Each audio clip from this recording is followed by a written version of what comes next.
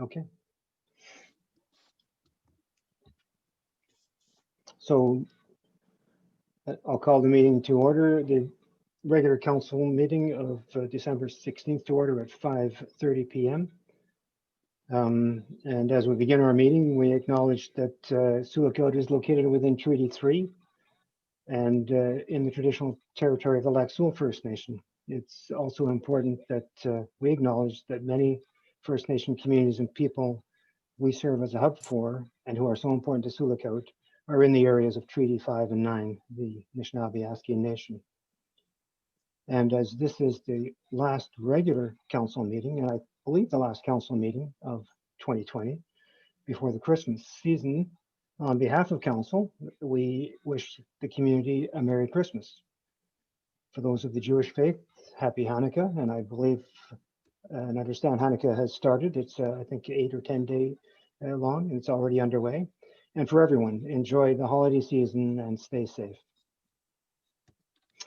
This is also a time of year when we recognize and congratulate staff for service milestones. We can't do it in person this year, but we want to recognize you by reading your names and milestones. If you're watching at home, please accept our thanks and congratulations. And the names are Staff 2020 Staff Recognition Awards Employee List. 10 years of service. Ben Hanschrock is the airport manager and has worked for the municipality for 10 years. Congratulations, Ben, and thank you. Jeff Southwell. Jeff works in the Recreation and Culture Department as an Operator 1 and has been working with the municipality for 10 years. Thank you, Jeff. Kevin Goriak. Kevin works at the airport as a services custodian, airport and services custodian, and has worked for the municipality for 10 years. Congratulations, Kevin. Thank you. Luis Hispana works in the Recreation and Culture Department as an Operator 1 and has been working for the municipality for 10 years. Thank you and congratulations, Luis. Richard Adley works in the Public Works Department and is currently the acting foreman and has been with the municipality for 10 years. Thank you and congratulations, Richard. Richard Fenelon. Richard is the facilities supervisor and currently also acting Recreation and Culture Department manager. He has worked for the municipality for 10 years. Thank you and congratulations, Richard. Sylvia Jacobs. Sylvia is the administrative assistant with the Developmental Services Department. She has been with the municipality for 10 years. Thank you and congratulations, Sylvia. Wendy Mansfield. Wendy works in the finance department as the accounts payable clerk and has also worked for the municipality for 10 years. Thank you and congratulations, Wendy. Jacqueline Bernier. Jackie is an early childhood educator with the daycare and has worked for the municipality for 15 years. Thank you and congratulations, Jackie. Ricky Burke. Ricky is a resource consultant with the daycare and has worked for the municipality for 15 years.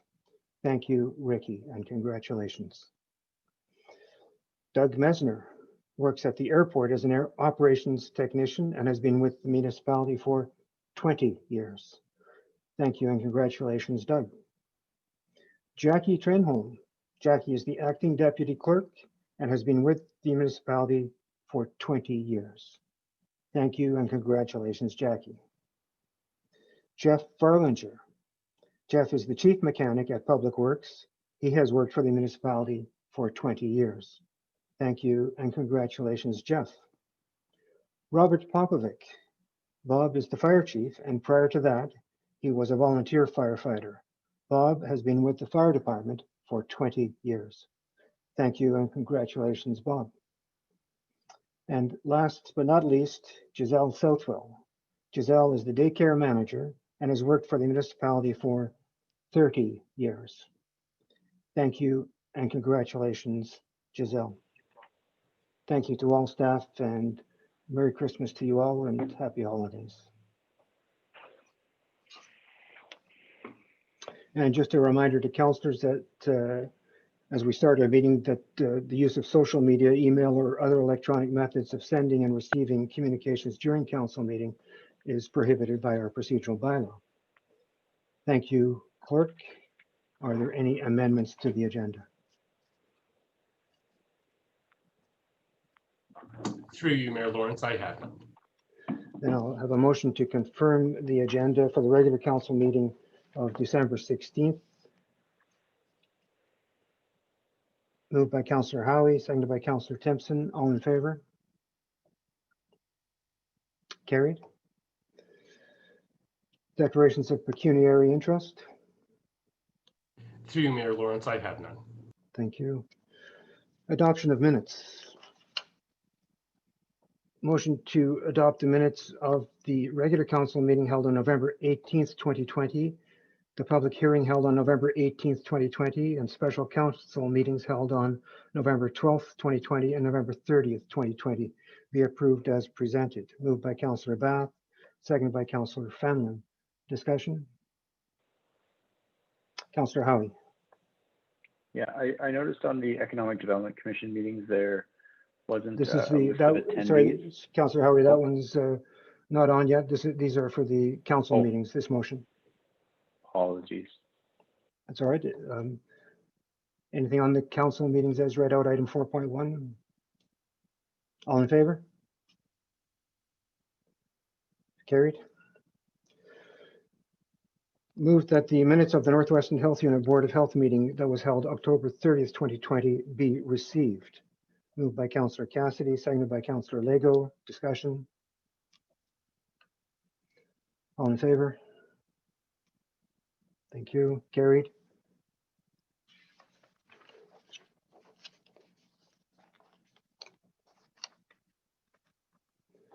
And then we're into determination of, sorry, one more, 4.3. Thank you. That the minutes of the Sioux Lookout Economic Development Commission that was held October 21st, 2020, and the Hudson and Area Advisory Committee that was held January 30th, 2020 be received. Moved by Councillor Howie, seconded by Councillor Timpson. Discussion. Councillor Howie. I noticed with the Economic Development Commission meeting minutes, there wasn't a list of attendees or any regrets. And I do believe there wasn't quorum for this meeting as well. I guess I'll go to the clerk for information there. There you are, thanks. Clerk. Through Mayor Lawrence, I wasn't in attendance at that meeting. If council believes there is an error in the minutes, I recommend they not be adopted, and I can follow up with the economic development manager. And we're receiving them, not adopting them, is that right? Or? I'm sorry, yes. So, Councillor Howie? Yeah, I would just like that added into the minutes of that meeting. Excuse me, I was at the meeting and I'm pretty sure she said that we had quorum, eh? I believe that was in the most recent meeting of November. So this meeting is referring to the October 21st meeting of the Hudson Area Advisory.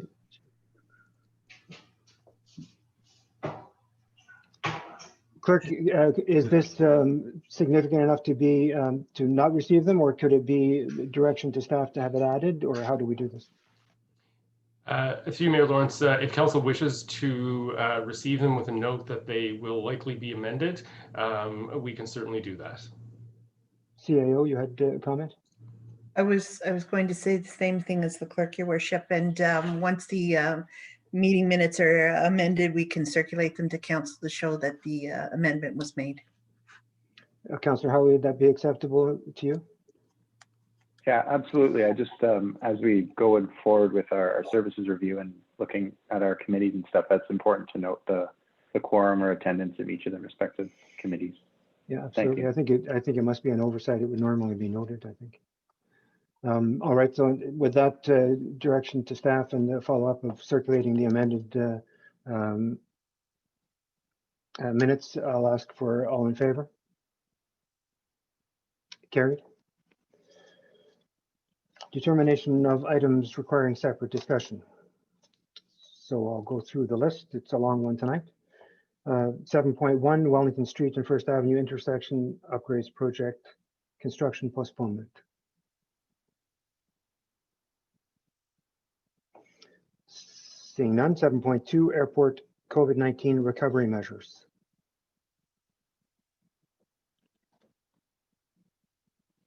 Seeing none. 7.3 update emergency program and plan. Councillor Timpson. 7.4 Indigenous Services Canada extension to temporary use zoning bylaw. Seeing none, I'll move to 7.5 pit and quarry proposal, Fred J. Cook construction. Councillor Bath. 7.6 rural road vehicular speed concern review. Councillor Timpson. 7.7 2020 operating financial report, November 26, 2020. Seeing none, I'll move to 2021 interim tax levy.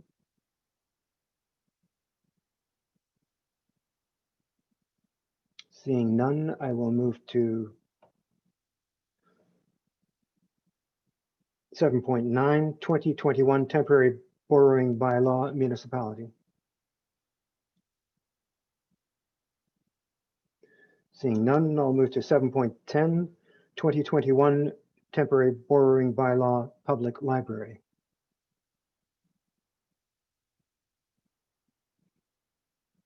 Seeing none. 7.11 RFP external audit service. Councillor Timpson. 7.12 transfer from reserve for 2019 capital projects.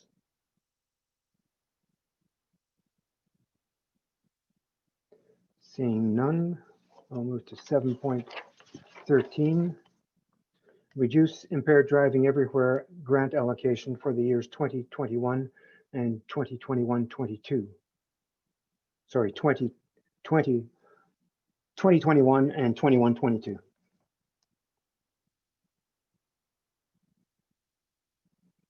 Seeing none. 7.14 Umberville Park request to change name. Councillor Cassidy. 7.15 bylaw number 9720 adopt policy number 118 council dress code policy. Councillor Timpson. So items I have to be lifted are 7.3, 7.5, 7.6, 7.11, 7.14, and 7.15. You concur, clerk? Thank you. So a motion to adopt the items not requiring separate discussion. Moved by Councillor Bath, seconded by Councillor Fanlon. That items 7.1, 7.2, 7.4, 7.7, 7.8, 7.9, 7.10, 7.12, and 7.13 be adopted. All in favor? Carried.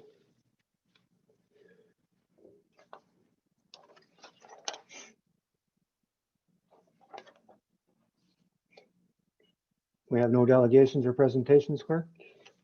So we'll move on to consideration of items requiring separate discussion, starting with item 7.3, update emergency program and plan. That council authorizes the passing of bylaw number 100-20, being a bylaw to adopt an emergency program and plan, and to rescind bylaw number 75-17, being a bylaw to adopt an emergency management program and emergency response plan for the Corporation of the Municipality of Sulacote, and to meet other requirements under the Emergency Management and Civil Protection Act. Moved by Councillor Lego, seconded by Councillor Cassidy. Discussion starting with Councillor Timpson. You'll need to unmute Councillor Timpson. The Environment Committee has said, we've done a little bit on emergency preparedness, and particularly for a climate emergency. And, we've had displays at the trade fair. We've had articles in the newspaper and so on. And we've had the former bylaw officer, emergency manager came to talk to us. And I'm just wondering if there shouldn't be a little more about preparedness there for the public and how we will be preparing the public in terms of education. The second thing is I wonder if they could include in there something about the Cedar Bay stable. What kind of a plan would be in place for the horses there, if and whether or not it could be worked out with the Friends of Cedar Bay, the tenants. So CAO, Shelley, would you how do you want to direct these questions? To see, oh, your mouse travels, okay. Is this going to go to the emergency services manager, or are you going to respond? I will defer to Robert Popovich to answer the questions, and if he needs any assistance, I may chime in. Very good. Please go ahead. Okay, through you, Mary Lawrence. The question regarding the Environment Committee and the emergency preparedness, there is public education required as part of our emergency plan.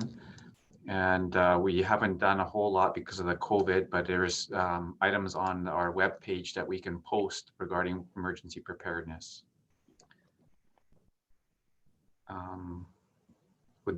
Is that helpful there, Councillor Timpson?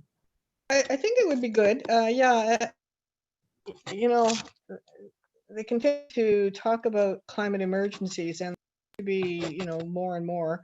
I think the more we can get the public involved and prepared and putting together emergency packets for themselves and so on, that Rob helped us with that very extensively. And I just see that dropped. I think it's going to become increasingly important that the public is prepared and is aware. So. Yeah, through you, Mary Lawrence, that's absolutely correct. That's something that we have to really concentrate on, is making sure that public and the residents of the municipality are prepared for any kind of emergency. And the climate is identified as one of the hazards within the community, like extreme weather, extreme cold, and all kinds of other storm situations. Through you, Mary Lawrence, regarding a Cedar Bay plan, I may need more details as how we can implement that. I'm not sure that's part of our emergency plan in that detail. It's mainly focusing on the critical infrastructure. And the Cedar Bay hasn't been identified as a critical infrastructure.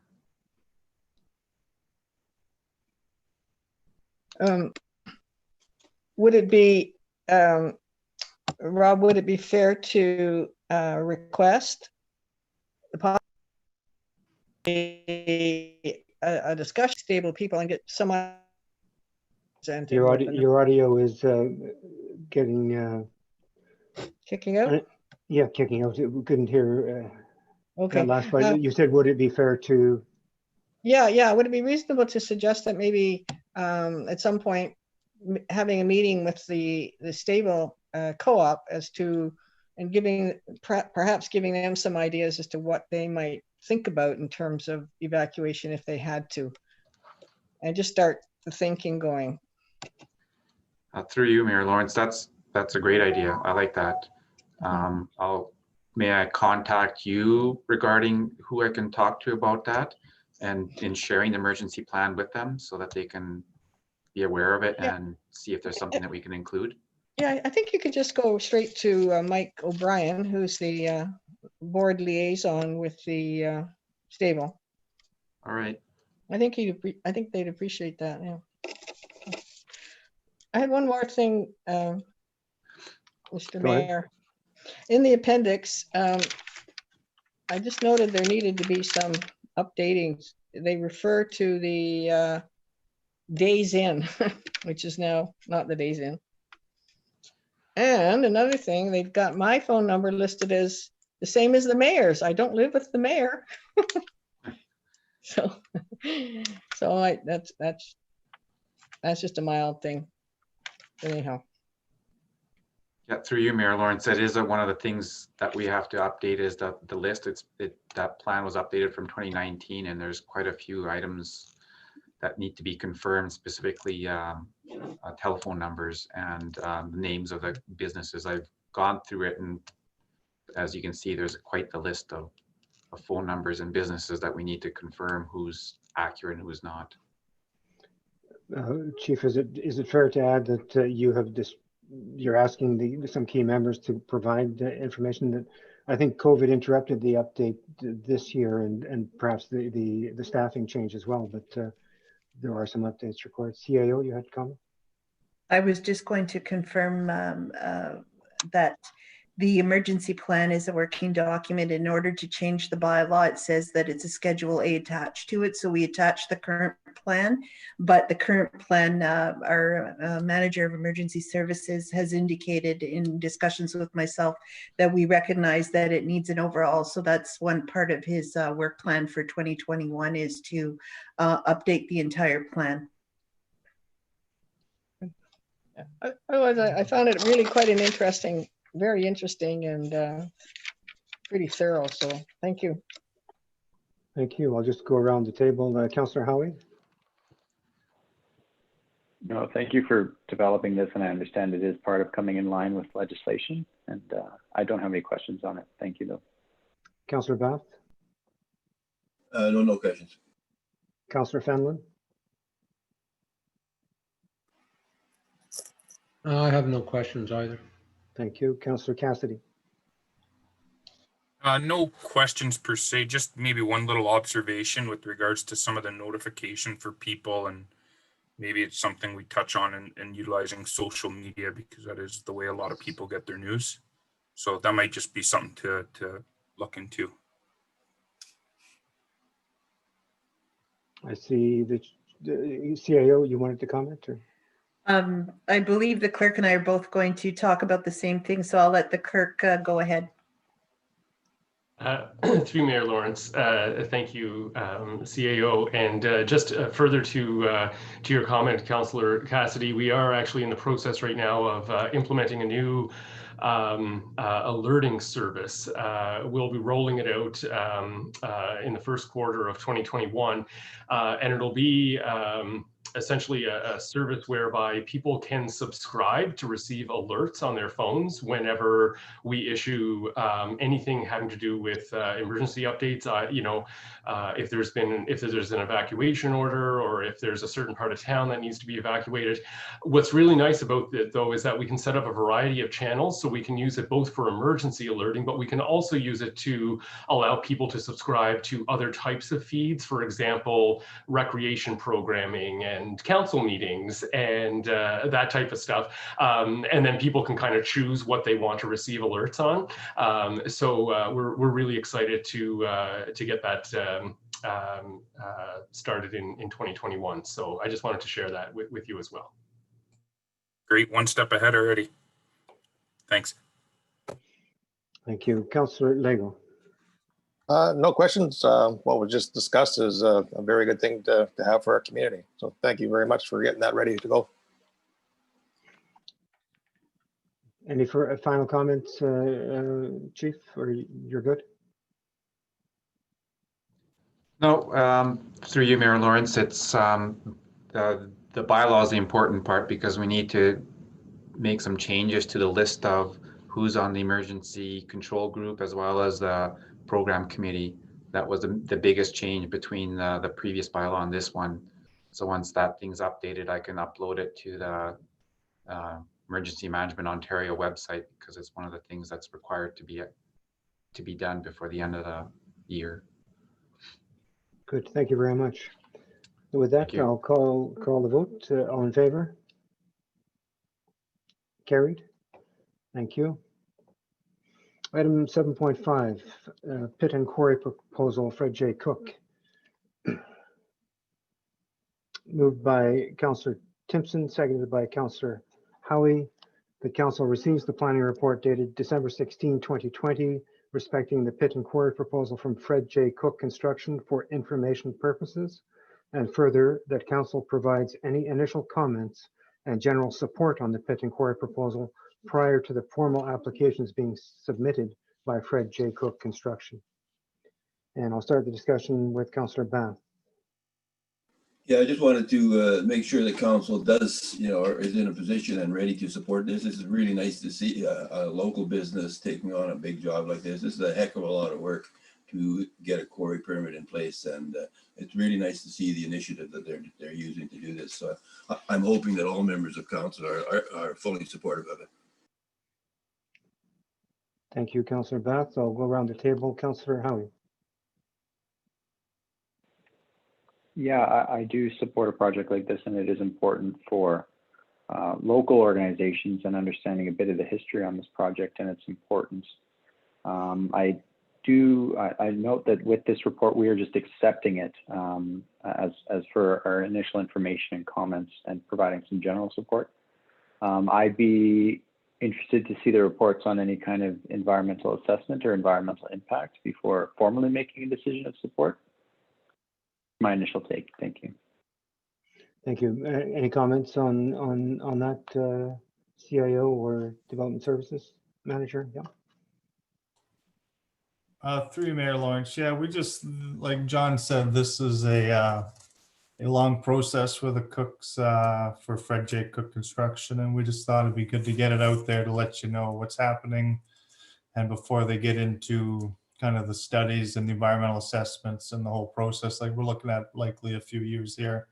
I know they've reached out to TBT Engineering, who will be kind of helping them through this process on their behalf, and I just felt before, just so they have some comfort in that council is supportive of what they're proposing to do before they kind of tackle all these hurdles and whatnot. Thank you. Councillor Timpson. No, I have no issues with it at all. Thank you.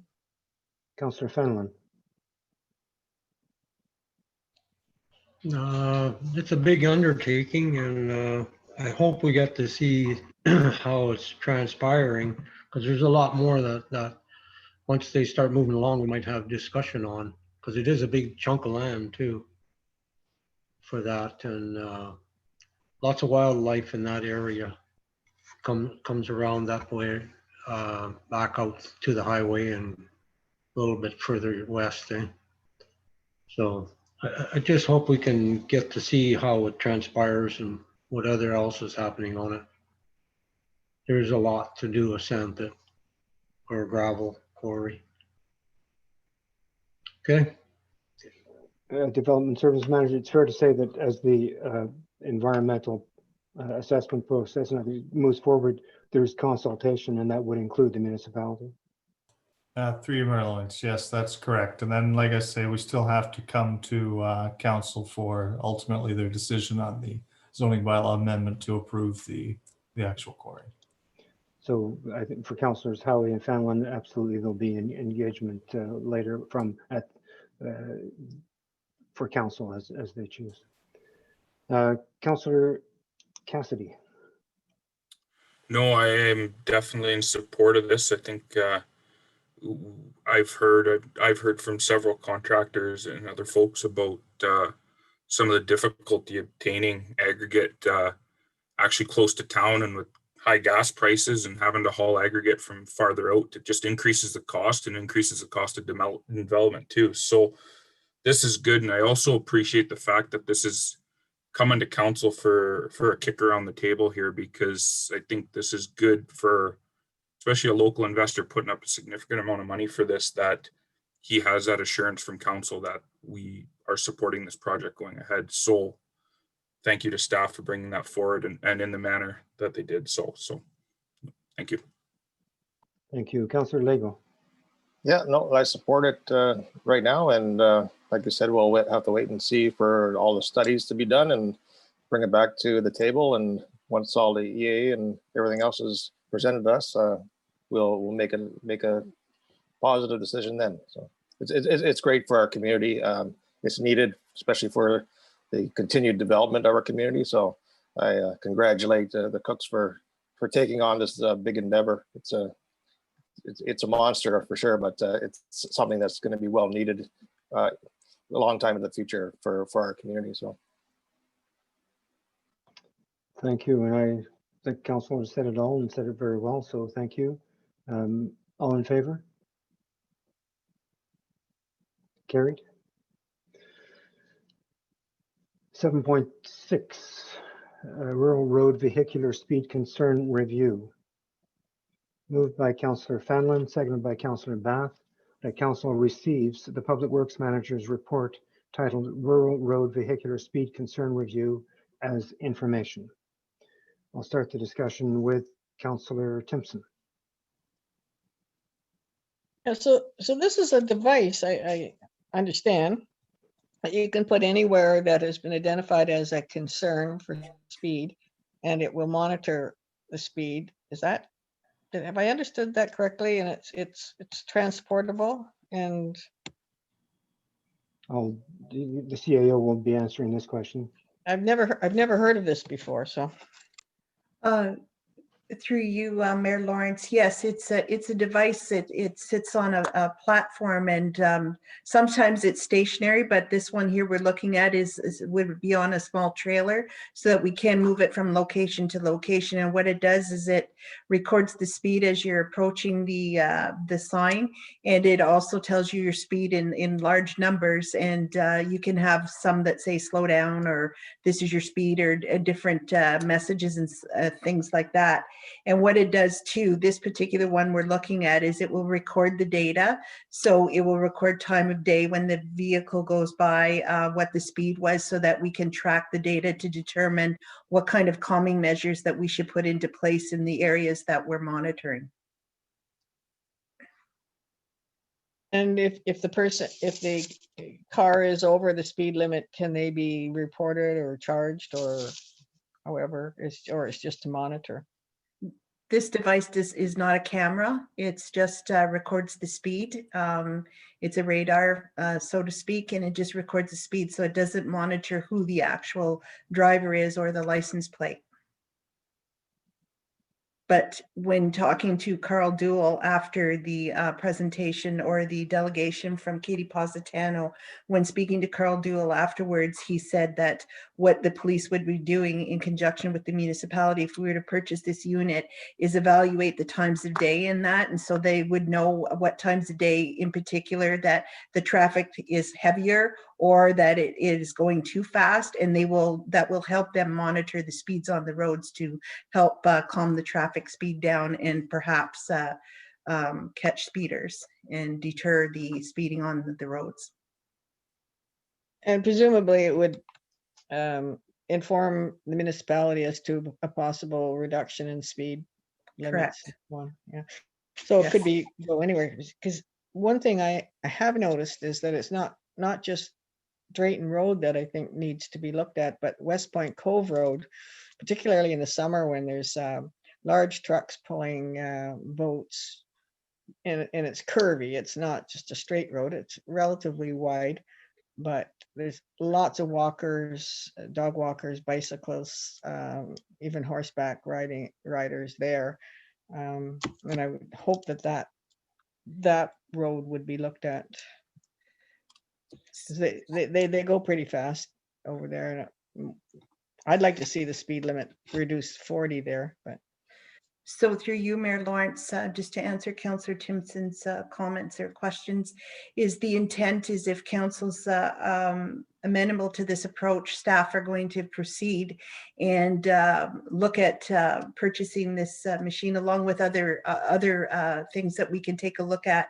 And the idea, because the delegation was in particular to Drayton Road, we would start with Drayton Road and then branch out to other rural roads. And then later on within the municipality, we can put it on different streets where we see that, you know, the speed may be too high, because I know I've come across these personally, and it is a deterrent. Once you see that it's monitoring your speed, sometimes you don't realize how fast you're going. So the mechanism or the signage itself that records the speed actually helps calm the traffic down by just being out there, not only recording the data, but it helps calming the traffic to slow down your speed.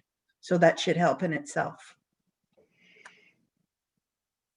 And is the cost, is that included in the budget draft that we received already? Through you, Mayor Lawrence, it is not. It is in the financial implications section of the report, indicating that it's approximately $10,170, and it indicates that if council is agreeable to that, we can add it into the budget.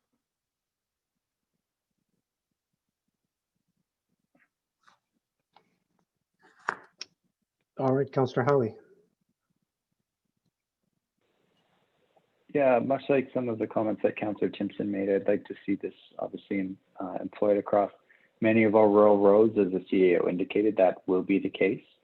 I think it's important to have this information to inform ourselves as drivers. Like the CAO said, you see those signs and sometimes you feel a little guilty and you let off the gas a little bit. So we've all been there, and I think that with that information in our hands, it will help inform our decision when we start to consider different methods of speed control or even reducing the speed limits if we want to employ some kind of curbing system to slow traffic down by making them weave or slightly adjust their angle, or speed bumps, or an overall reduction of the speed limit to 40 kilometers an hour, let's say, like Councillor Timpson had suggested. But I think for now, this is the appropriate direction to go, especially when we consider how many rural roads we have and the development we're seeing already on our rural roads, the growth that they've had, and the future developments that we're hoping to see on our rural roads. Thank you. Thank you. Councillor Bath.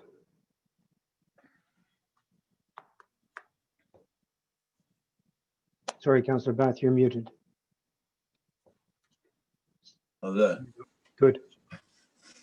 Yeah, I agree with pretty much with Councillor Howie, what he said. That's kind of where I was going. I think this is a good first step. I'm certainly not really in favor of things like speed bumps and that type of thing. I have no problem with reducing the speed limit. After the delegation we had, I actually went for a drive on all the roads and tried to drive at 40K and to see what it was like. And some of them is no problem. Some of it, like Sturgeon River Road, it's a long straight road at 40K, and you can understand why people would be upset about that. So I think this is a good way to do it. And if we can keep people from speeding using this method, that's a good start. So I'm in favor of this for sure. Councillor Fanlon.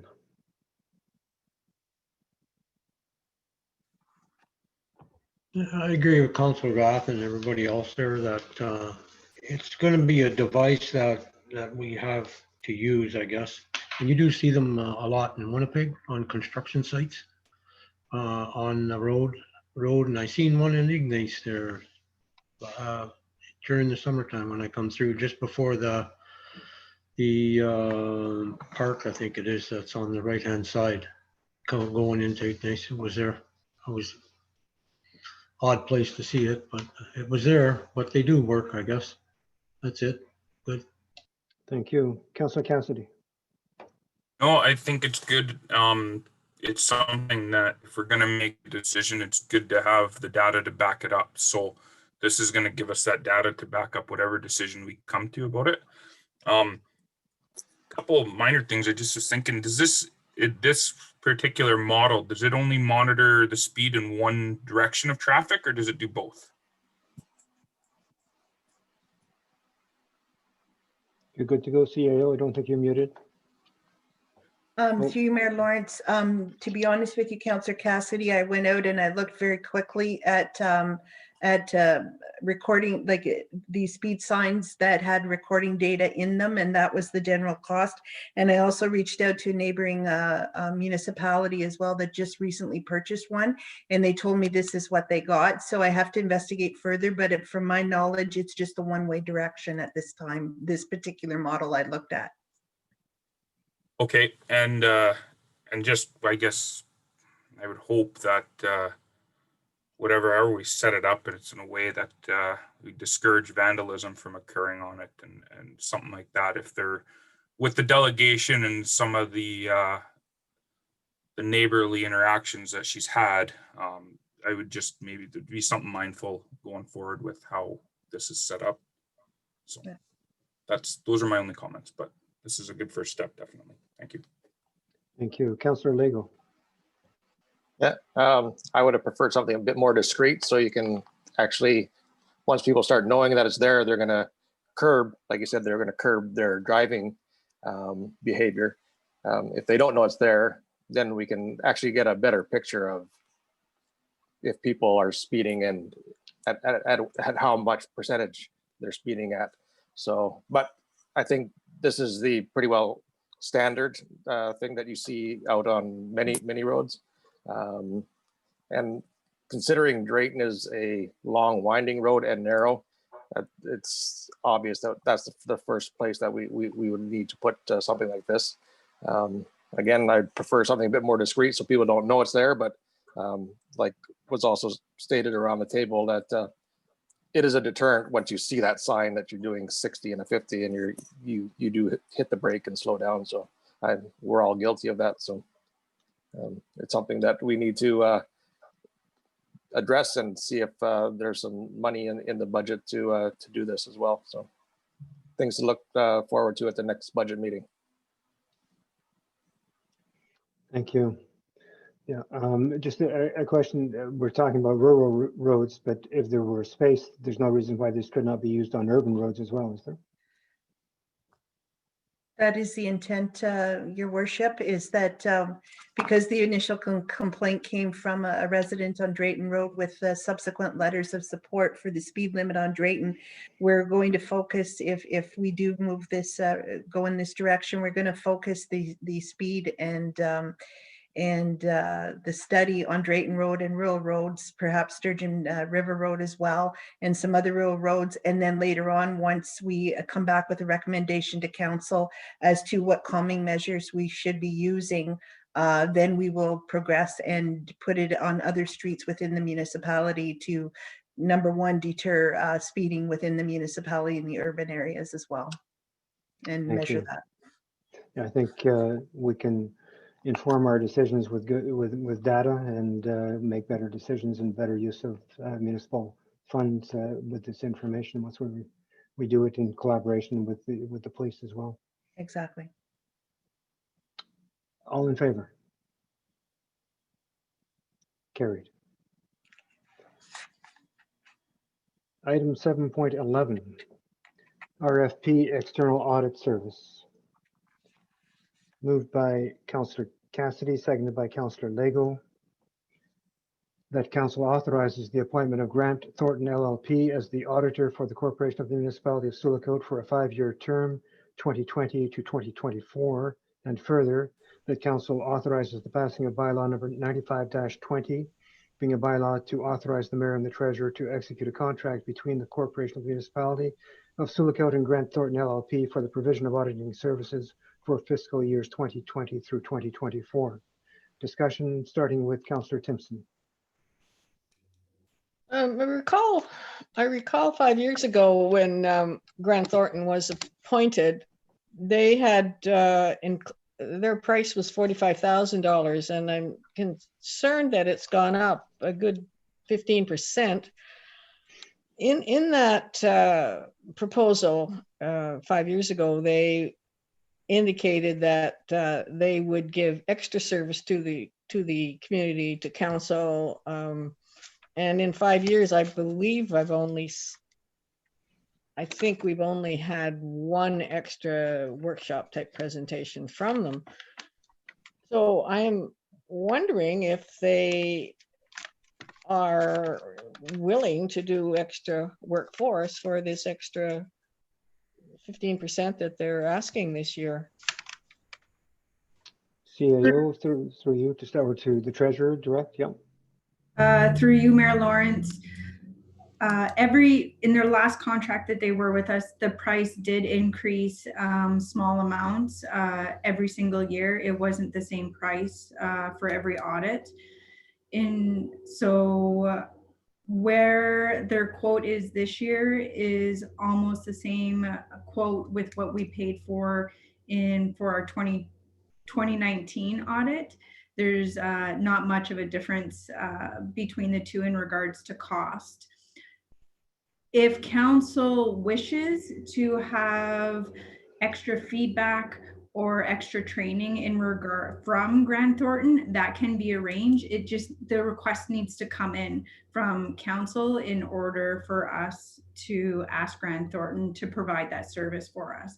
I have used Grant Thornton a lot this year in regards to everything that's been going on with COVID, with all the policy changes that have been occurring with the government and stuff in regards to finances. So I do reach out to them a lot in regards to what should we do in certain situations that have come up.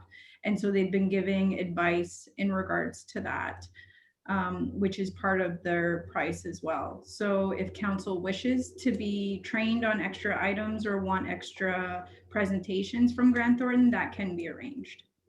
It's just, there's only been one request that I know of since we hired Grant Thornton that they've done for us. Thank you. I'll go to Councillor Howie. No, I don't have any questions on this. Thank you. Thank you. Councillor Bath. Yeah, I've actually liked working with Grant Thornton. They did the review of our reserves and reserve funds when they first started, and that was very helpful.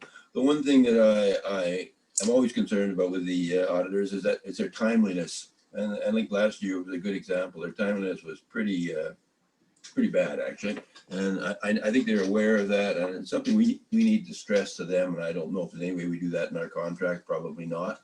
But it's certainly something we need to be on them about all the time. They need to be getting their audits to us in a timely manner so that council has an opportunity to look at it.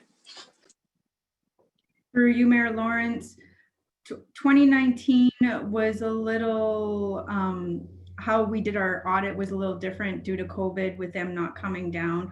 A lot of our documentation wasn't electronic based, so we had to spend a lot of time scanning and pulling items from the system, getting the software to help us with that. However, knowing that moving forward and what Grant Thornton, what we know that Grant Thornton needs in regards to electronic items, we've started to save everything electronically in the format that they have requested during the 2019 audit. So we're hoping that because of that, once it's signed, we can start sending them stuff right away electronically and hopefully get the audit done at a more reasonable time. In the 2020 audit done at a reasonable time in 2021. Further to that, Treasurer, which is good information, sitting on several boards and there's several accounting firms that come into play. The same complaint that you have, Councillor Bath, has come from other agencies towards their auditors, and the response is the same as many agencies, businesses, etc. Labor shortage. They can't get enough staff, and that's part of their problem. And when you have the crunch, that's when you need more staff, and you only have so many. And it's an industry-wide concern, I believe. I'm not sure, Treasurer, whether you've heard that as well. Through you, Mayor Lawrence, I have. I know for the municipality, we've gone through a couple of different auditors at Grant Thornton. Some of them have been the same throughout the audit. Usually we get 4 auditors that come, but due to staff changes and everything else, it's been a little bit of a revolving door. So this year they were all brand new auditors that I believe that audit our books. You know, I don't think it's unique to Grant Thornton. I think it's an industry-wide concern. But Correct, through you, Mayor Lawrence. I know that we had the same items that occurred with BDO when we were with them as well. There was a changeover with staff as well there. So it's not uncommon with audit firms to have a changeover in staff and then having to explain new things to them as well. thank you. Councillor Fenelon. I don't have anything to say on it. Thank you. Councillor Cassidy. Nothing for me. Thanks. Councillor Lego. No, I'm good. Thanks. Thank you. Then, unless there's anything else on this, Treasurer, any final comments? Good. I have a Councillor comment. Timpson. Councillor Timpson, yes. I'm concerned that the cost increases every year. Should that not be written into the contract that, so that we can predict what the cost is going to be next year? Is it inevitable that it has to be more? I think it was written into the contract, Treasurer. Yeah. Through you, Mayor Lawrence, the last agreement that we had with them, it was written in their contract what the pay increase was going to be every year. Yeah, sorry, I meant to mention that when you said it, it wasn't just a cost, it was built into the contract that there would be a cost increase every year, and that brought it up to the cost that we had last year, which is incrementally slightly smaller than the cost this year, et cetera, as the years go by. So it is in the contract, Councillor Timpson. Okay, thank you. And can council be privy to who the other applicant was? Through you, Mayor Lawrence, I'm not entirely sure. I'd have to ask the clerk. I see the clerk and the CAO are nodding, but I'll let you go ahead and respond, clerk. Through you, Mayor Lawrence, yes. The names of the bidders are public information. So Treasurer, would you like to? Oh, sorry. Yes, through you, Mayor Lawrence. The other applicant was MNP. And their office is located in Kenora. And the RFP went out and those were the only two respondents. Correct. Yeah. Thank you. Thank you. There being nothing else, I'll call the vote. All in favor? Carried. Thank you. Moving to item 7.14. Umperville Park request to change name. The council supports the recommendation made by the Municipal Truth and Reconciliation Committee to lobby the Ministry of Transportation regarding the renaming of Umperville Park. And the council further requests that the municipality have jurisdiction over naming of provincial sites that are located within the boundaries of the municipality of Sioux Lookout. Moved by Councillor Timpson, seconded by Councillor Howie. And I'll start the discussion with Councillor Cassidy.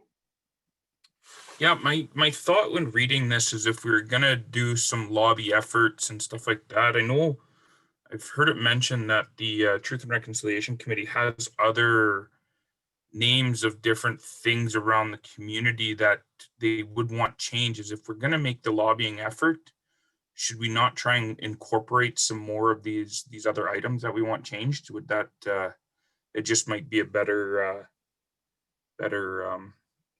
use of staff resources with lobbying efforts. That was my only comment about that. CAO, Thank you. please. Through you, Mayor Lawrence, the intent, the idea came up first through the Truth and Reconciliation Committee as Umferville Park as a single park to have renamed to some sort of Indigenous name after a person or a meaning, an Indigenous meaning. Further to that, that's why the second part of the recommendation is to request MTO the ability for the municipality to put forward additional parks or trails or what have you, or streets, well, not necessarily streets, but provincially run secondary highways, possibly, to give them Indigenous names as well. So this is a starting point. Since our TRC meeting, we did some staff reached out to MTO regarding specifically the Umferville Park, and they have indicated that there's no application process. It's just a matter of requesting it, saying what it is we want to change it to, and they indicated that it's a fairly easy process and that they would not have any significant objections to it. So they're willing to work with us if there's any other name places that we would like to change as well. Okay, I'm just thinking other stuff that might fall outside of MTO jurisdiction as well, but if we are just specifically lobbying MTO, then this is, yeah, that makes sense. So, Yeah, thank you. as a member of the TRC, I would say that changing names has been something we would have liked to address more of, and we can't, this is one of these things, we have the opportunity to take a small step here. And so let's take a small step and keep taking steps is really, I think, the attitude. The work at Umferville is presenting a little bit of a unique opportunity, and so we want to take advantage of that. But the door is open for more, as the CIO has said. Sounds good. I'll go around the table. Councillor Howie.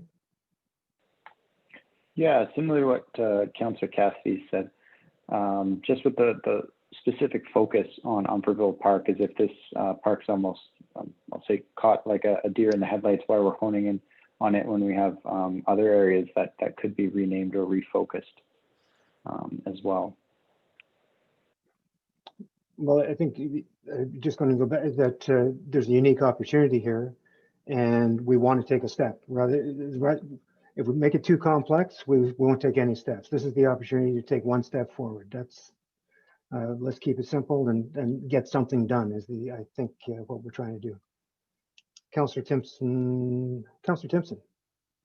Yeah, we have talked about, renaming a streets, and I think we pretty well agreed. We don't want to go into the renaming, and particularly if, we have consulted with the community in advance. For example, in Boreal subdivision, that was named through community consultation. So we're looking at possibly new roads, new opportunities.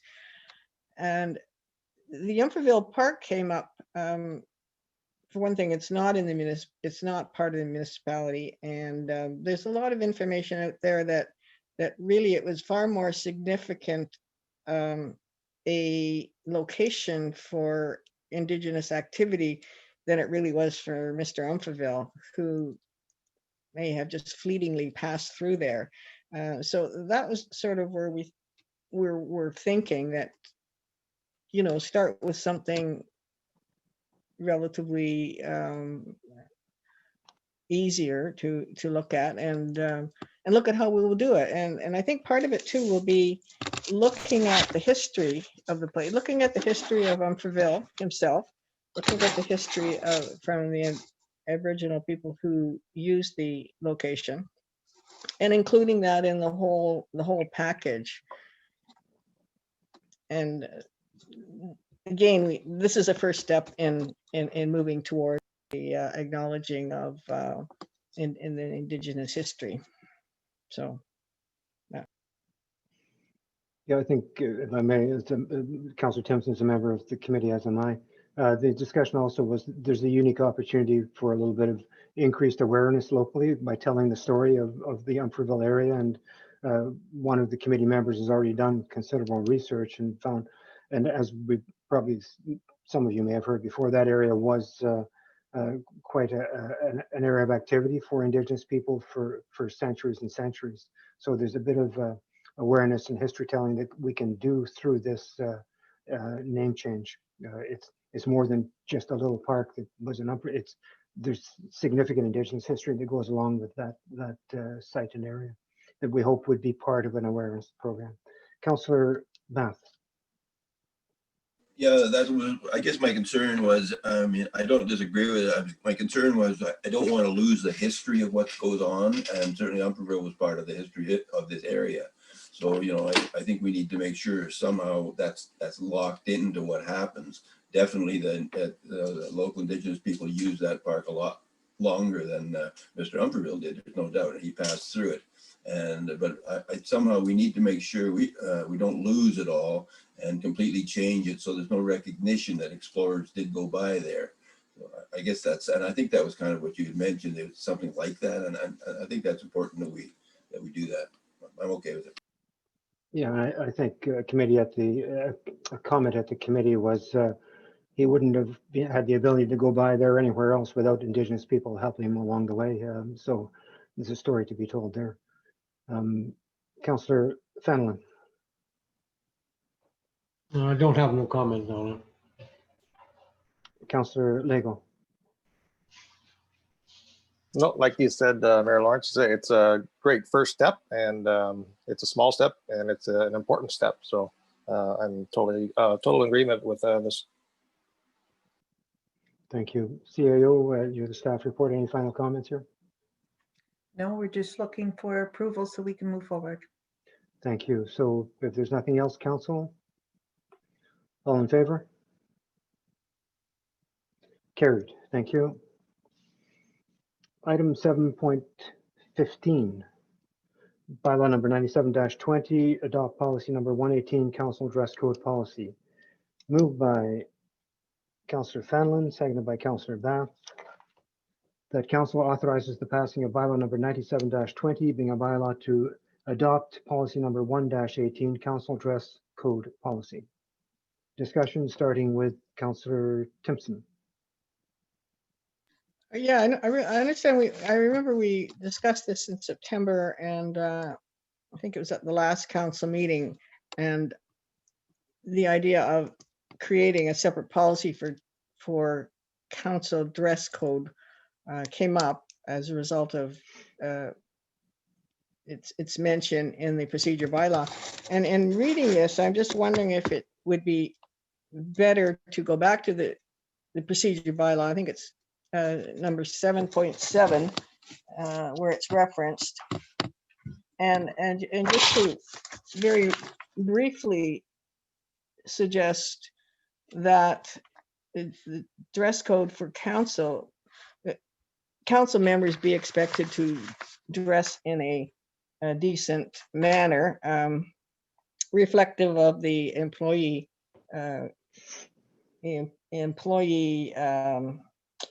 dress code.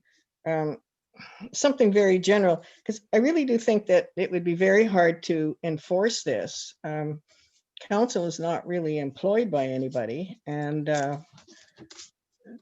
it's difficult to say what is business attire here in Sioux Lookout. Business attire in Sioux Lookout ranges from anything from blue jeans and sweatshirts to shirt and tie, and so I just think it would be better to maybe bring it back to the procedure bylaw if we're going to do it, to go that route, and just make a very general statement about it. The other thing is too, I don't think we can expect people to adhere to a dress code for special meetings. If people have to dash in from their job, and as I mentioned before, we had somebody who drove an oil truck who would bring the oil truck to the town office, jump out in his attire, and make a decision in a special meeting. And we had a bus driver. So, I mean, I just don't think it's enforceable. And I'm not even sure that, and I just don't think it's realistic to go this route. Other than just saying, expected to be dressed in a decent manner according to the duties they are performing. CAO, I'll let you either comment or direct this.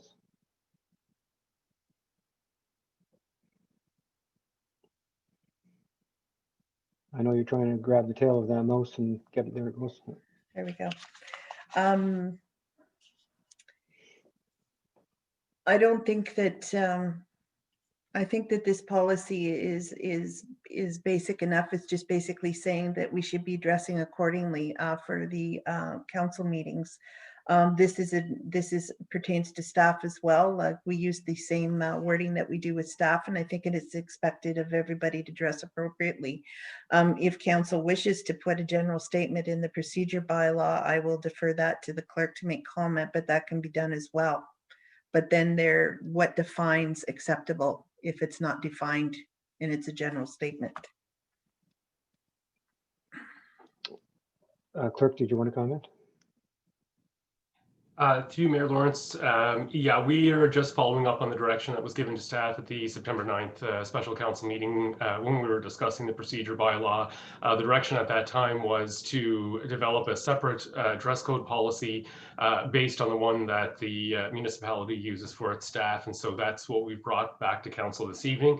If council wishes to proceed in another direction, we look forward to receiving that direction. All right, thank you. I'll go around the council table. Thank you for that. Councillor Howie.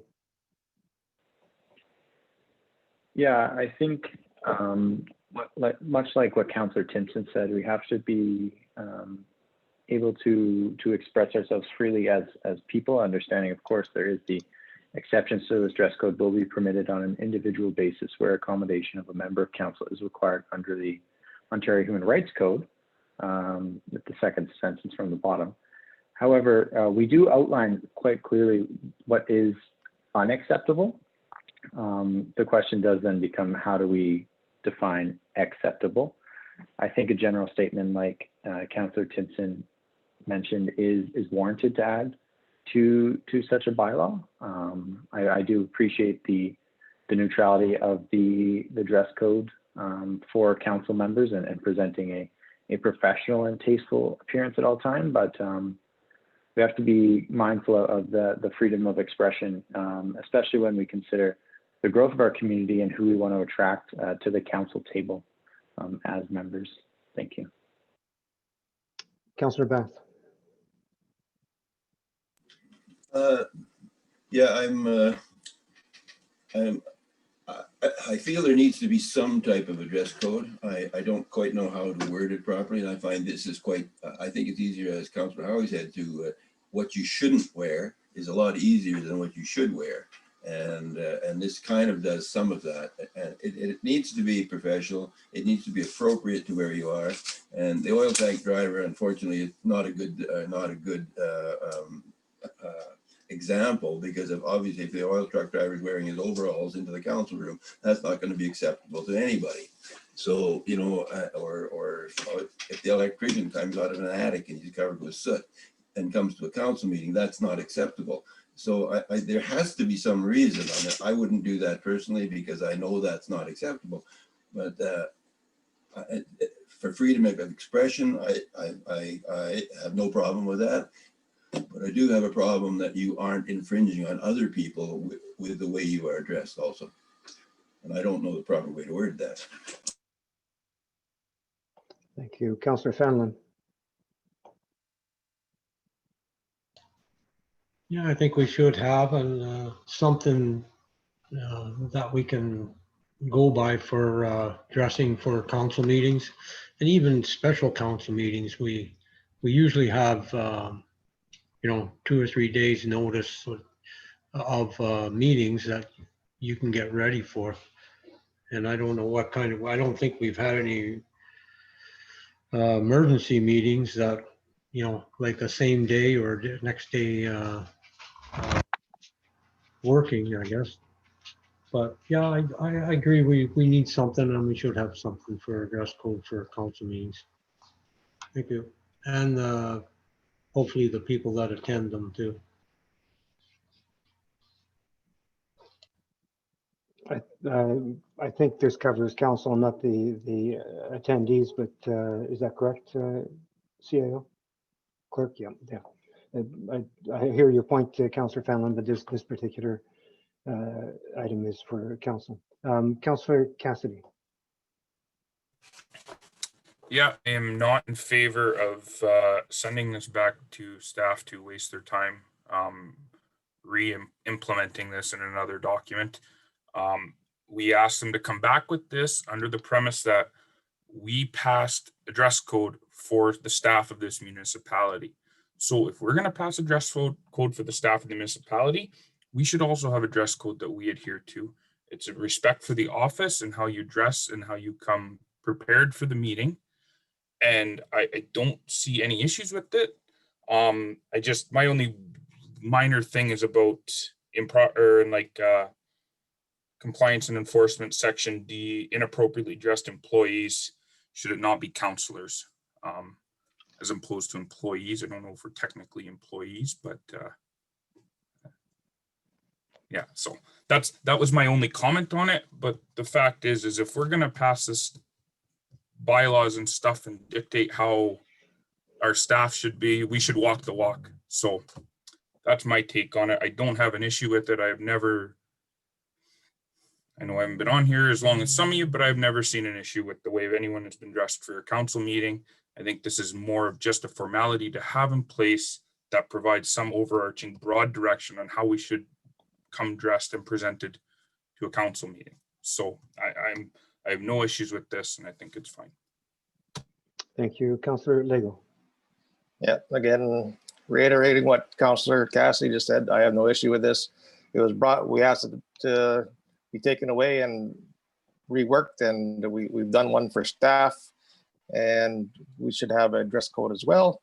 I was wearing a concert t-shirt to work today, and I'm wearing it underneath this nice dress shirt right now. So I know that I shouldn't be wearing the concert t-shirt while I'm conducting municipal business. So it only takes me 5 minutes to throw on a nice dress shirt and look presentable to the community members.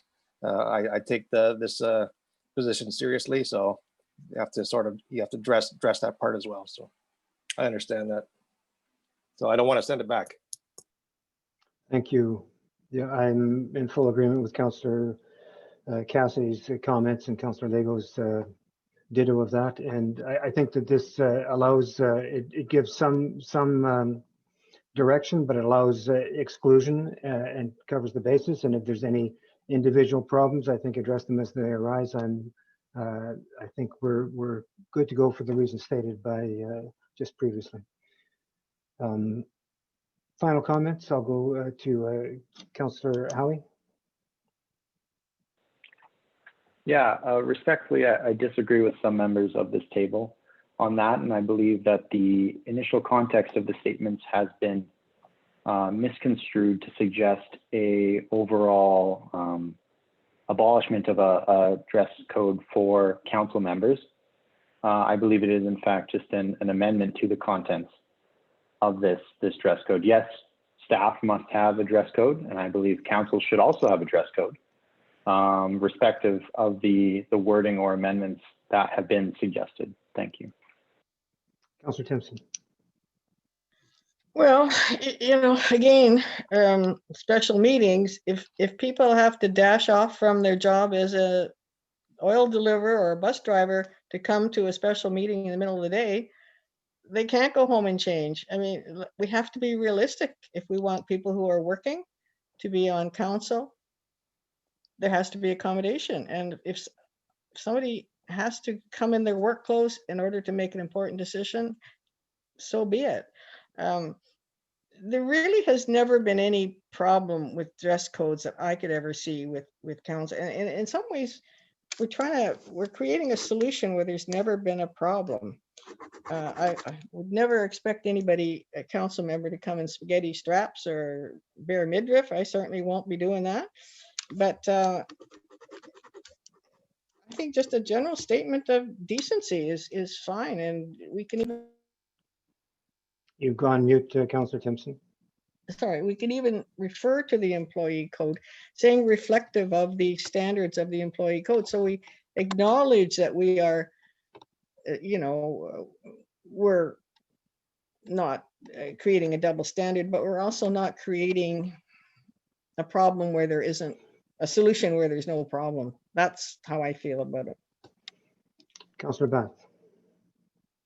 I'm quite happy with what's here, and it has happened in the past, not in our council, not certainly since I've been on council, but it has happened in the past when people have come in very inappropriately dressed, and in the case that puts the pressure on the mayor had to actually tell them, go home and get dressed properly. And I know some of the committees I sat on in the past, and the airport committee for sure, we would have folks coming in there dressed in sweatpants and Councillor Lego's type of T-shirt, and that's fine, but it's not fine when you're representing the municipality. So I'm happy with this. I think Councillor Cassidy, Councillor Lego hit it very well. Like, move this forward. We don't need to waste any more staff time on this. Councillor Fenlon.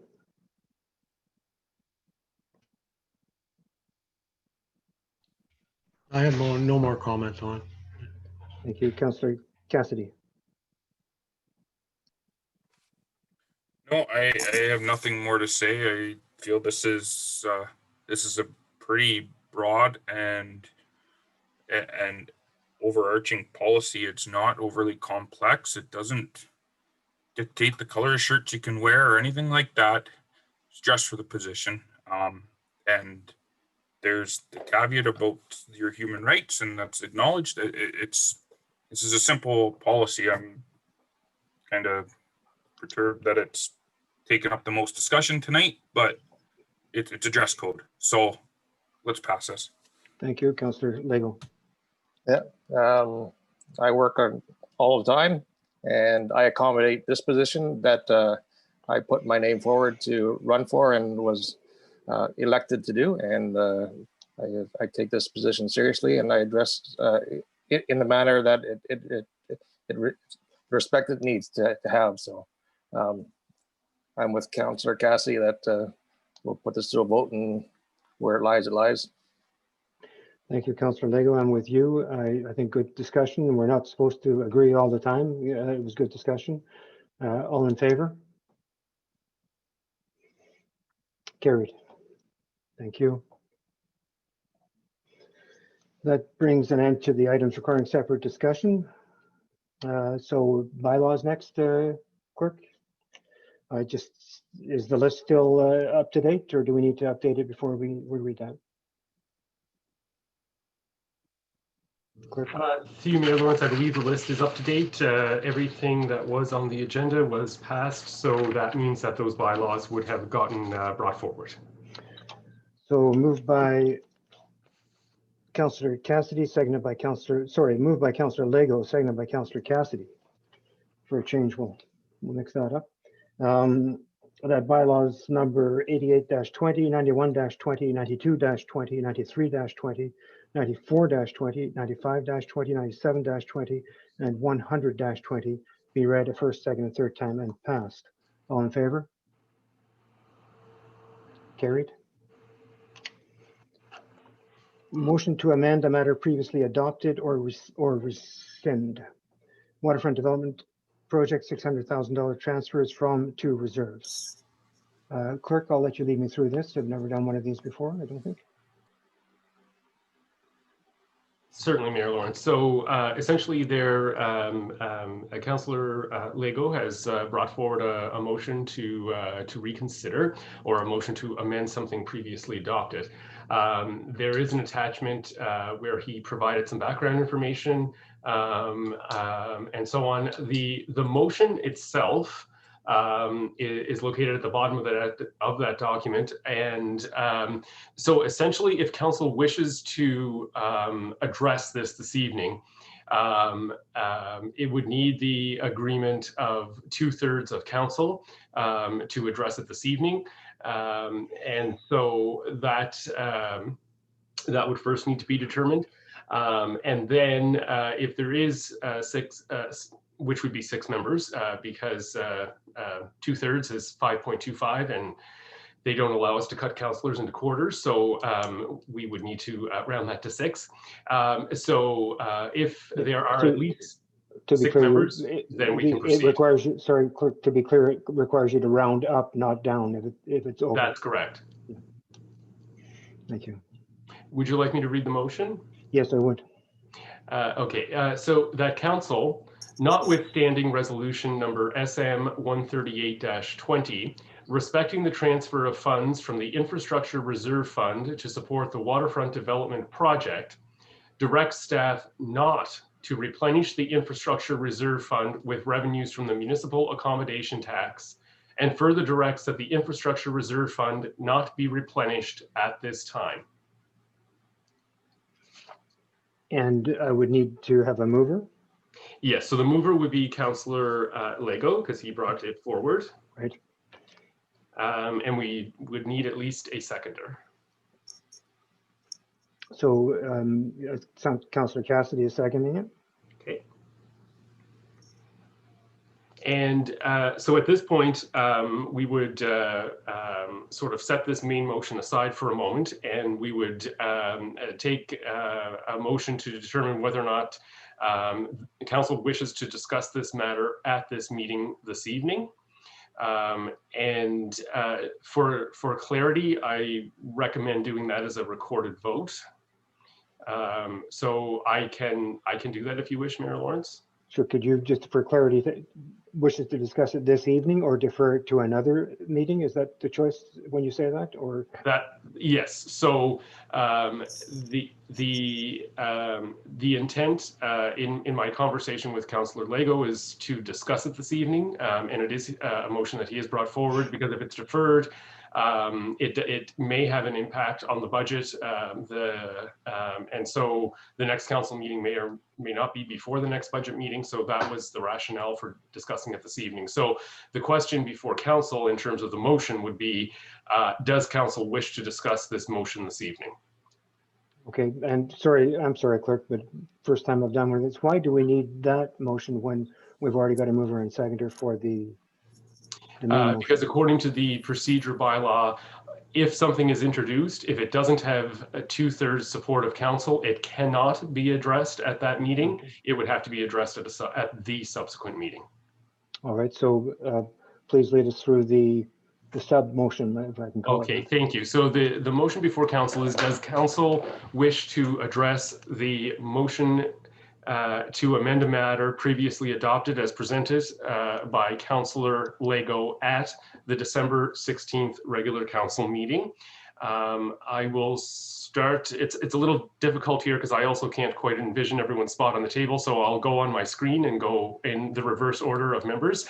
Clerk, Starting with, sorry, clerk, do you need a mover and seconder for this motion as well? yes, my apologies. Thank you. Okay, thank- Would you like to ask for those? Mayor Lawrence? Mover?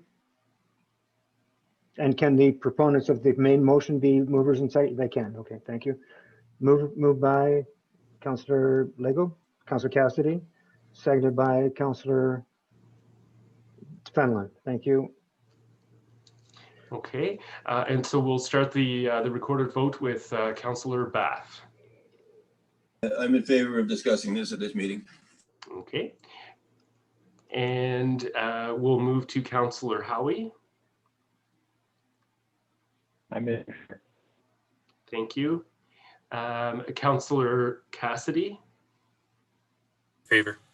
Thank you. Councillor Timpson. You're muted, Councillor. Yes, in favor. Thank you. Councillor Fenelon. Yes. Okay, thank you. And Mayor Lawrence. In favor? Thank you. And Councillor Lego. In favor. Wow, okay. So Mayor Lawrence, we have all seven members in favor of discussing the motion at this evening's meeting. Thank you. So it's on the table. We have a mover and a seconder for it. So we will start the discussion with Councillor Howie. Yes, and thank you, Councillor Lego, for bringing this forward and understanding, of course, the unique financial situation we're in because of COVID-19 during this season. Barring this, the passing of this motion, maybe it's inappropriate of me to ask, but the implications on the budget, could the Treasurer touch on that if we did pass this? Treasurer?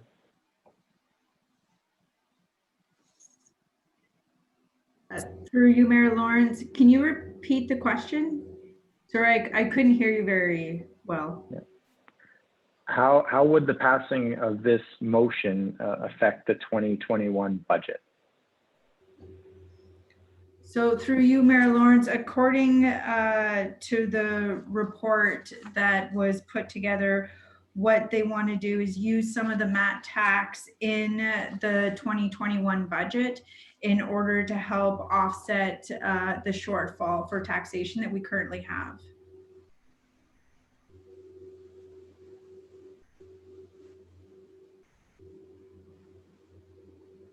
Councillor Howie, is that?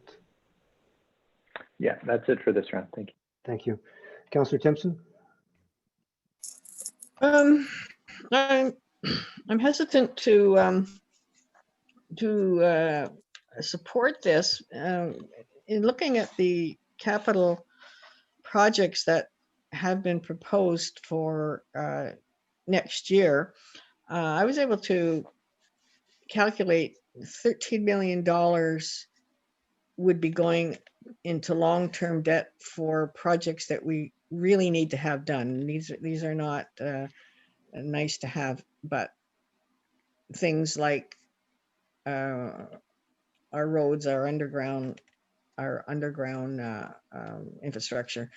And I'd be really worried that if we have to continue to, I think, contribute to that infrastructure reserve, or we're going to pay for it in big time later if we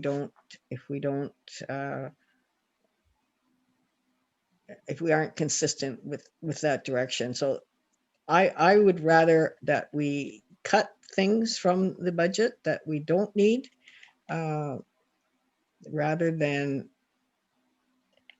cut things from the budget that we are going to need and we know we're going to need in the future, which essentially this would be cutting from the budget.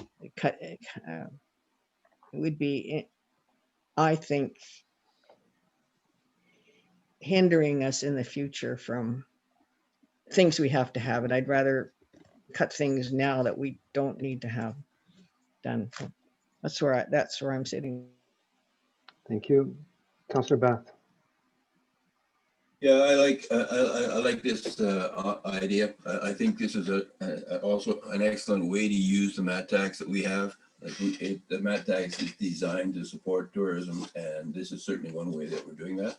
So I certainly am in favor of it. I don't like seeing us not having money in our infrastructure fund and our infrastructure reserve rather. So I understand that's there, but I think this is an opportunity that works really well for us now. I'm in favor of doing this. Thank you. Councillor Fanlon?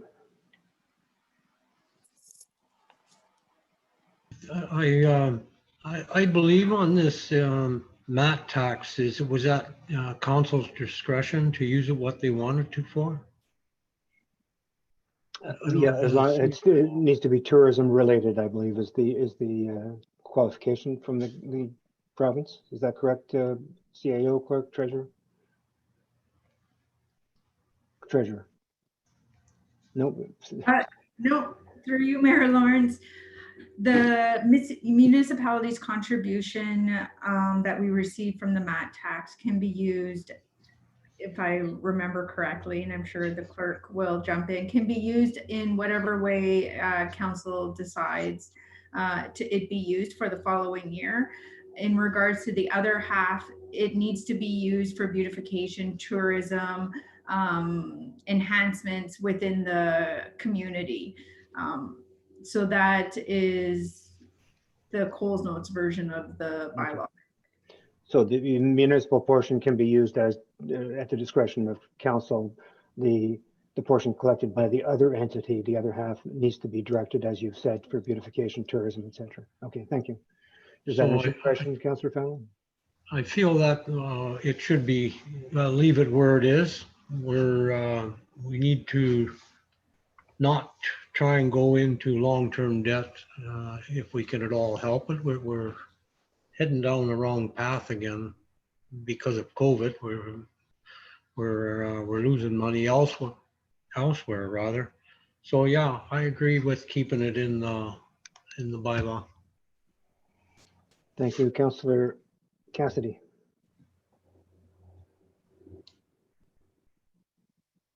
I guess my I think this is a good thing to talk about right now because of what we know with the budget situation, not getting any impact increases and where we're situated. I think this is a good thing to look at, even if it is just for maybe 1 year, we defer it. I don't think it's that. I'm looking at the infrastructure levy now, and it looks like the closing balance, 2021 ending balance will be about 1.3 million. I don't know what the time frame is before that money will have to be paid out to the contractor. My other thought is to provide, if there was a possibility, that a summary of what we're getting in MAT tax, how it would help the operating budget, and what the implications are for the reserve fund if this doesn't go in. I think the biggest question is how much is the MAT tax? How is it going to impact our budget situation and going forward from there? So I am in favor of, I guess from this, I'm in favor of maybe just a little more info on it if time allows. I don't know if the treasurer can speak to how much time we have before that money would be allocated. Through you, Mayor Lawrence, what we would typically do at the end of the year, once we know exactly how much MAT tax has been brought in, it would be transferred in to a separate account because it's for a very specific purpose behind it, with whatever council chooses to do with it, with their portion. What we can do also is, if council requests a summary on implications and the use of the MAT tax in regards to using it as part of the 2021 budget, and what sort of impact that would be as to not putting it in the infrastructure reserve, I can do a report to council in regards to that in the January meeting. Thank you. Councillor Lego, I'll let you go. Okay. As Councillor Cassidy indicated, we're in a financial crunch this year, moving into 2021 with limited impact. I thought this might be a good idea to get some funds into the 2021 budget where they can be used right now.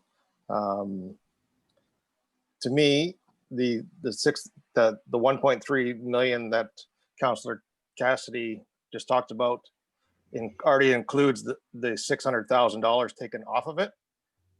So that's what would be left after we paid that $600,000 for the waterfront project. So, and did we not get a report about the MAT tax money that we're getting? I thought I saw that in part of the report. Through you, Mayor Lawrence, no report has been given to council yet in regards to what we're anticipating the MAT tax to be at the end of the year. I believe that the CAO has more to add in regards to that. Sure. Oh, well, I thought you were going to ask me. Okay. I was just reaching for my, but that's okay. I can add to that.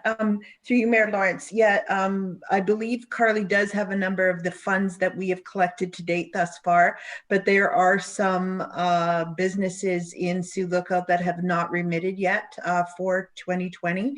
So we are reaching out to those businesses to find out when we're going to receive those funds. Carly, do you have that number offhand of what we actually have physically collected so far? Through you, Mayor Lawrence, no, I don't. Okay. But we can provide that information to council at the next budget meeting. Clerk. Yeah, so that was some information that I had discussed with the treasurer leading up to this meeting. And so there is a brief sort of really high level snapshot of that in the report. So to date, there's been approximately 130,500 collected, but as the CAO mentioned, so 50% of that is for the municipality to use, which is 65,250-ish.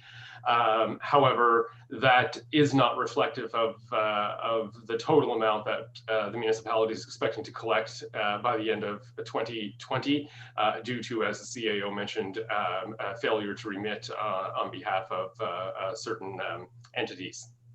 And the year is not yet over. It's still, the MAT tax is still applicable until December 31st. That's correct. Yeah. Councillor Lego? No, personally, I think that there's plenty of money in the infrastructure levy right now. It's 1.3 million with the 600,000 taken off already that we put aside to pay the difference in the waterfront development. And for this year, I think that $65,000 can be used for the 2021 budget. I think we can use those funds at this time. Otherwise, there's no money to be used. That's my opinion on it. So a big zero. A big zero, sorry? It'd be a big zero because there's no dollars left over. So I thought a little bit of something is better than nothing. Thank you. I had just my question, CAO Treasurer, would be today's provincial announcement. Does that have any bearing on this discussion? Not with reference specifically to using reserve funds, no, for the project, because that is has nothing to do with the reasons why we were getting that funding. It's to address shortfalls in our budget and pressures on our budget due to COVID-19, not specifically infrastructure projects that we've taken on ourselves. So any decision by council here will have no impact on us using that the funding that's been announced. That's my understanding, yes. Thank you. Yeah, I kind of agree with everybody on everything here. It's a rather difficult decision. But just before we move any further, Clerk, we need 6 votes in favor of this to pass this. Sorry, through you, Mayor Lawrence. That was just to discuss it. To pass it is just a regular majority vote. Okay, thank you. Good clarification. Does anybody have any final comments before I call the vote? Councillor Timpson. You're muted, Councillor Timpson. I'm wondering if we could think about how we might do sort of some sort of a temporary consent to do this pending how the budget negotiations go, because I do think that there will be some cuts that we will be making, and we may be able to cut it to the point where we don't have a deficit, or we're not having to raise taxes. I mean, could we have this as sort of as our, just something that we can pull on if we have to at a later time? I am concerned about depleting the infrastructure fund at all, and I just feel we could be on a slippery slope, and that infrastructure is very important, and it's going to be more important in the future as these things age and break on us, and could end up costing us a lot more. So maybe if there's some way, if we can use this as a final resort if we have to. So I'm going to ask Treasurer, CAO, Clerk to respond to that, which sounds like deferring this decision until we're in the budget process and have more numbers. Yes.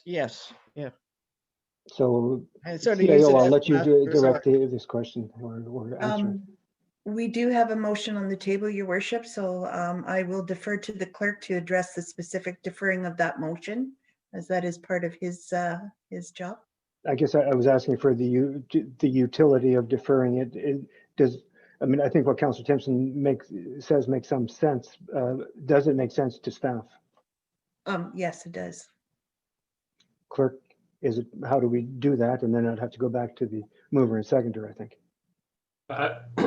Through you, Mayor Lawrence, what I would recommend is that if council doesn't want to make the decision this evening, that the motion be withdrawn and that it be brought forward at a subsequent budget meeting if council deems that that is how it wishes to balance the budget.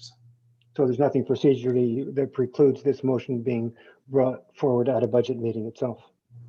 Correct. It's already come forward now. It's been, the process of reconsideration has commenced. So we wouldn't have to look at it as a reconsideration again. That conversation has started. So essentially it would be to look at it as an option, at a subsequent budget meeting. Okay, good. So I'm going to, we have a mover, Councillor, correct me if I'm making missteps here, but I think I would go to Councillor Lego, the mover, and the seconder, Councillor Cassidy, to see what they felt of that. The mover first. Councillor Lego. Yeah, I have no problem deferring it to a later date. There's been some news that's come up in the last 24 hours, like you said. So we'll see it where that all lands, and then we can, if we do need to readdress this, we can readdress it at the next budget meeting. Thank you. And the seconder, Councillor, I would go to the seconder as well, Clerk. Councillor Cassidy. Yeah, I agree with Councillor Lego on that aspect. I think the whole point of this motion coming forward is to provide some flexibility with the 2021 budget. So it only makes sense that we discuss this alongside the 2021 budget. So yes. So Clerk, now how do we proceed? So Mayor Lawrence, by virtue of the members agreeing to withdraw the motion will be noted in the minutes as withdrawn.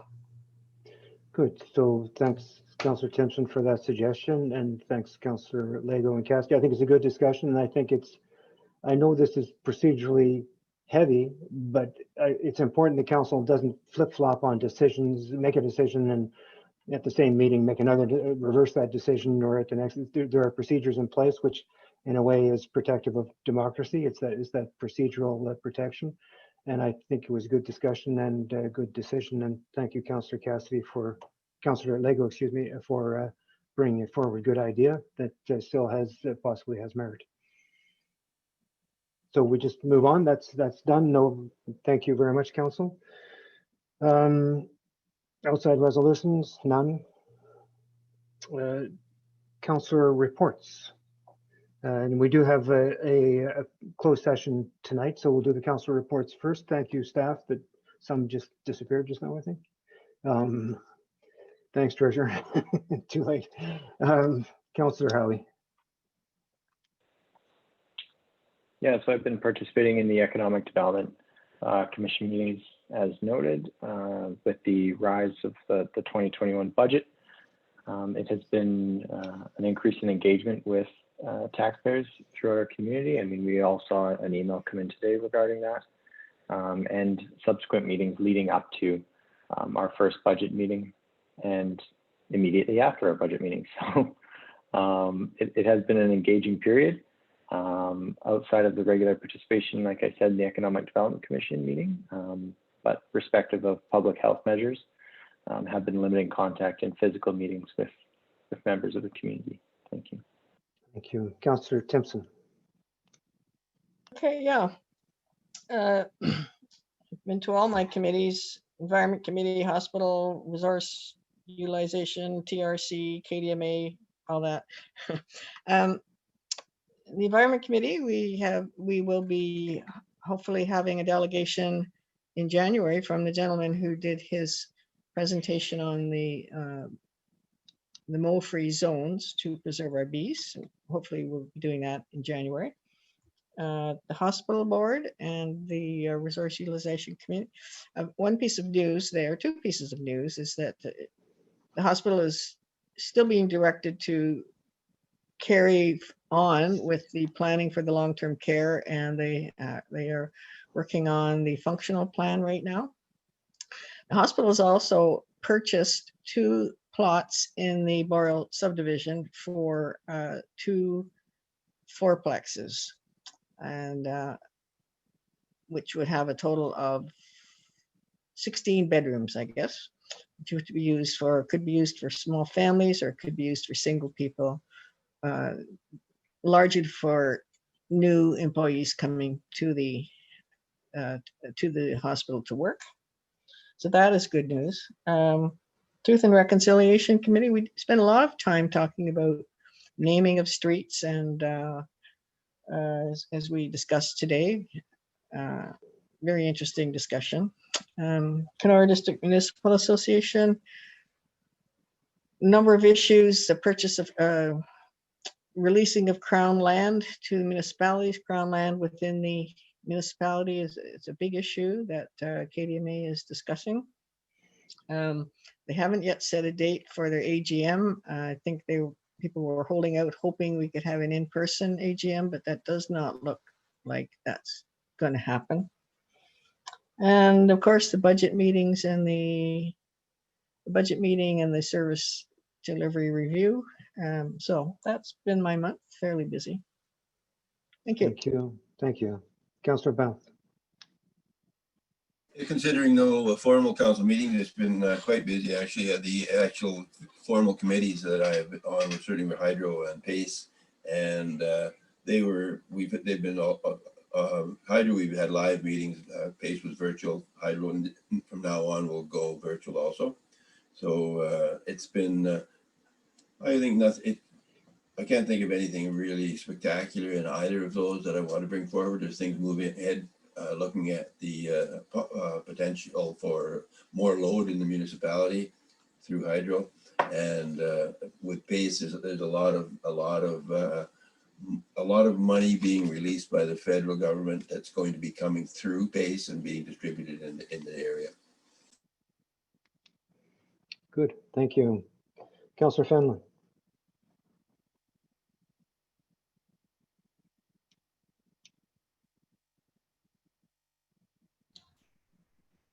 I had LCC meeting on last Tuesday, I believe it was. And the Lac Seul Forest, the annual work schedule for Lac Seul Forest is moving along. It's a little bit behind. And they are looking for more wood for the small contractors to cut to make when they have to move this winter, I believe it is. And I was at the EDC meeting and with the people that are looking to find workers for Sioux Lookout and stuff. Very informative, and I thought it was moving along and going to help Sioux Lookout get workers to come in town and fill some of the positions that need filling. And that was it for me. Thank you. Councillor Cassidy. Yeah, Environment Committee, Councillor Timpson already touched on that very well.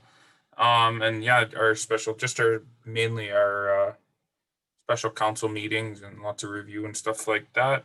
I did actually sit in on the AGM for Cedar Bay, so that was very good. Got a good overview of the year in review and everything they do, and been asked to join the board on Cedar Bay. So looking forward to taking that on as well. So that's been my month. Thank you. Councillor Lego. Okay, had a Kenora Home for the Aged teleconference, just with the spike in COVID in Manitoba. And in a few more cases in Kenora that they decided to have by teleconference. Mostly discussion there is government documents about COVID. Also, there was some good news with funding from the federal government and the provincial government for HVAC system, which is something that Pinecrest was planning on doing. So that'll alleviate some of the capital expenses that they would have incurred. I believe it was pretty well 100% covered for a new HVAC system. So, and just one other issue for the community services, which is in Sioux Lookout as well, that they were having difficulty getting funding from the LIN for PPE, which I don't understand. PPE is the most important thing on the front line. So hopefully that gets resolved. And again, first budget meeting and the service review that we just did. So that was my month. Thank you. And you missed one item, which is on my list that I did with you. And on my list, there's only 2 items that I did in person. The rest, when I say attended or participated, it's all virtual. But along with Councillor Lego, participated as a judge in the Christmas parade. So we did that in an outdoor environment and did the judging, and Councillor Lego and I thought alike, and we both came up with the same scoring. So that was good. And the other thing I have that hasn't been virtual is in the office meetings at a respectable and social distance with the CAO and clerk on various issues. I've been attending KDSB committee and board meetings as usual, and the Northwestern Health Unit board and executive committee meetings as usual. Participating in, there were 2 addictions treatment center meetings, that a project that's being sponsored by KDSB, and participation from Slifna, Menayawan, the Friendship Accord, and as well as KDSB. That we're moving ahead to try to put a proposal in front of the minister in about 2 months. Met virtually with our MPP Saul Memakwe, and asked for 2 issues to be brought forward at the legislature. One is the treatment center, the sort of advice that's coming forward and looking for support, and the other is support for our tourism sector. And I haven't tracked yet whether he actually was able to do that or not, but we'll be asking our MPP to carry on with bringing those issues up. Met with our Economic Development Department and Cat Lake First Nation and Domtar regarding the Cat Lake Forestry Road and road access, which is sort of parallel to, in alignment with the First Nation, First Gold Mining possible road. So I try to get different players on board, and to the advantage of the First Nation and the municipality, the forest industry and the mining industry, all working on the same path, let's say. Participated in AMO Northern Caucus and board meetings. Presented to the Young Professionals Network, of which Councillor Cassidy is a member, and the clerk is a member, a leader, I'm not sure, leader, I think one of the leaders, and that was interesting. Followed up, their first presentation had been from Victor Lyon on local Indigenous history. Their second presentation was the mayor on, let's say, municipal history. Attended all the special council meetings that the council has. Attend the regular vulnerable population update calls with the health unit and various agencies. Presented with the Northwestern Health Unit CEO and medical officer of health to all municipal councillors, mayors, and CIOs, treasurers, clerks who wanted to participate. The invitation was out there on basically an update on, it was a bit of a revisit of the AGM and a little bit more detailed information. I know Councillor Timpson took advantage and participated in that as well.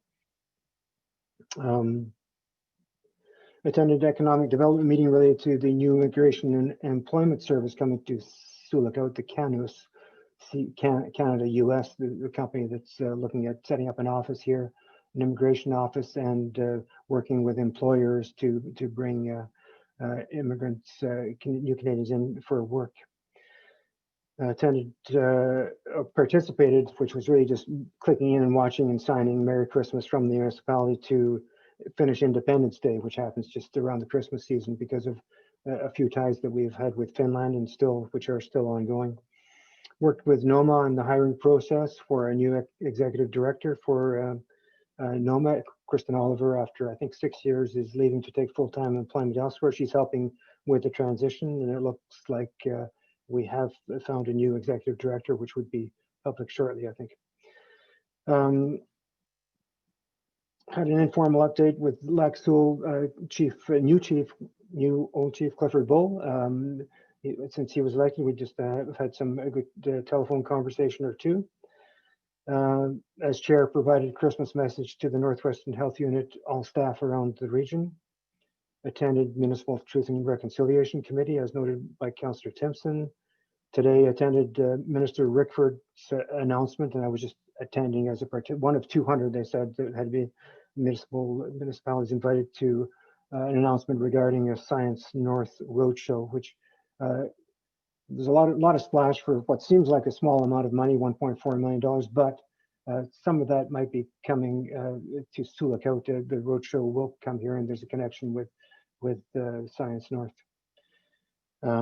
Worked with the economic development on furthering our advocacy, which is ongoing on for our tourism sector. So that was my month, and I think we now. I think we'll have a health break. Shall I move into closed session first, Clerk? No, I think through you, Mayor Lawrence, my recommendation would be that we recess and then move into closed session when we resume. So it's 7:24, back at the table at 7:30. See you then. Thank you.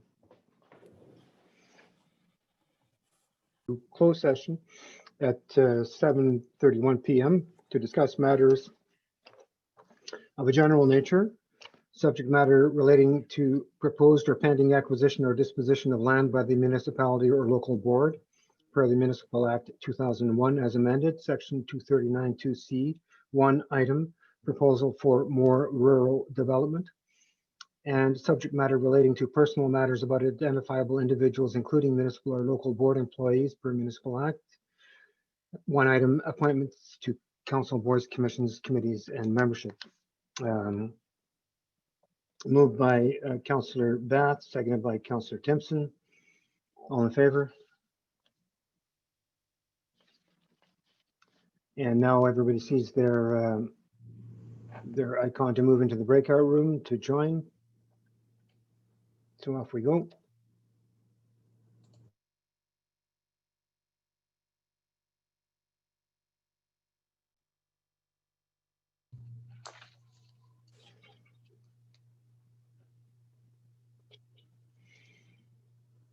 All back?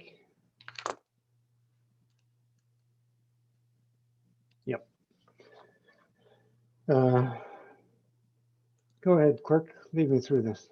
Okay, through you, Mayor Lawrence, with respect to item 15 on the agenda, reporting out from closed session, the first motion that would be before council is that council ratify direction to staff as presented in as given in closed session respecting possible development. Regarding the proposal for possible rural development. Moved by Councillor Timpson, seconded by Councillor Bath. All in favor? Carried. Thank you, Mayor Lawrence. And the second motion that would be before council with respect to the coming out of closed session would read as follows. That council approves amending Schedule A to bylaw number 92-18, being a bylaw to make appointments to various boards, commissions, and committees by adding Candice Widmeyer to the Economic Development Commission and Yoko Schreiber to the Environment Committee, and further that council appoints Chief Clifford Bull, Lac Seul First Nation, to the Municipal Committee on Truth and Reconciliation. Moved by Councillor Fenlon, seconded by Councillor Howie. All in favor? Carried. And confirmatory bylaw number 90-20, being a bylaw to confirm the proceedings of the municipality of Sioux Lookout December 16th regular council meeting be read a first, second, and third time and passed. Moved by Councillor Timpson, seconded by Councillor Bath. All in favor?